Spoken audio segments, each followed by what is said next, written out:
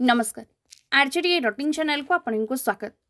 रथचक डेरा नीति संपन्न रायगड़ा श्रद्धा श्रीक्षेत्र प्रांगण रथखोला रथ निर्माण कार्य लगी पड़ती। श्रद्धा श्रीक्षेत्र रायगड़ा प्रांगण रथखोल रथचक डेरा नीति कार्य संपन्न होइछि। शुभ मुहूर्त सकाळ 9:30 धार्य करा। आगामी दिन में नीति धारणा पाणीपटा नायिका खम्ब नीति ठेकेरा बाड़ नीति कार्य संपन्न हेबा नै मुख्य महाराणा तन्मय सूचना दैछन्ति।